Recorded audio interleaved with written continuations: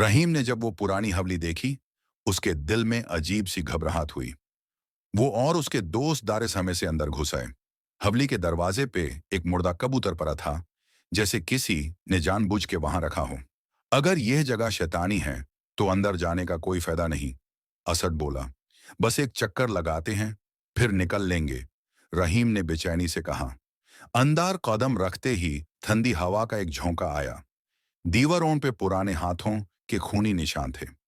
अचानक एक बिखरा हुआ आईना देखा, जिसमें उनका अक्स अजीब तरीके से हिल रहा था, जैसे कोई और भी वहां मौजूद हो। ये क्या है? साद ने कांपती आवाज में कहा। तभी एक चीख गुंजी, तेज, दिल छेड़ देने वाली। सबने इधर उधर देखा, मगर कोई नहीं था। फिर एक आवाज सुनाई दी, जैसे कोई दरवाजे पे नाखून घिस रहा हो। रहीम ने दरी से उठकर देखा तो एक छोटी सी लकड़ी की गुड़िया पारी थी। उसकी आंखें सुर्ख थी और एक क्रीपी मुस्कुराहट उसके चेहरे पे थी। ये गुड़िया यहां कैसे आई? हदी ने पूछा। जैसे ही रहीम ने उसे हाथ लगाया, एक जोर का धक्का लगा और सब नीचे गिर गए। रूम की रोशनी चाली गई और सिर्फ चांद की हल्की रोशनी अंदर आ रही थी। एक साया सामने आया, लंबा, अजीब सी घूमती हुई शक्ल। उसकी आंखें अंधेरे में चमक रही थी। हमें यहां से निकालना चाहिए, साथ चिल्लाया।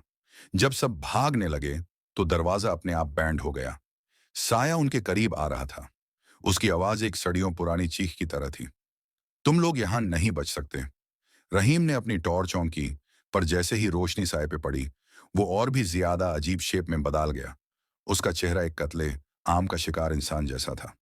हदी ने एक कुरान की आयत जोर से पढ़ी और एक दुम साया पीछे हटने लगा। फिर एक जोर का झटका आया और सब बेहोश हो गए।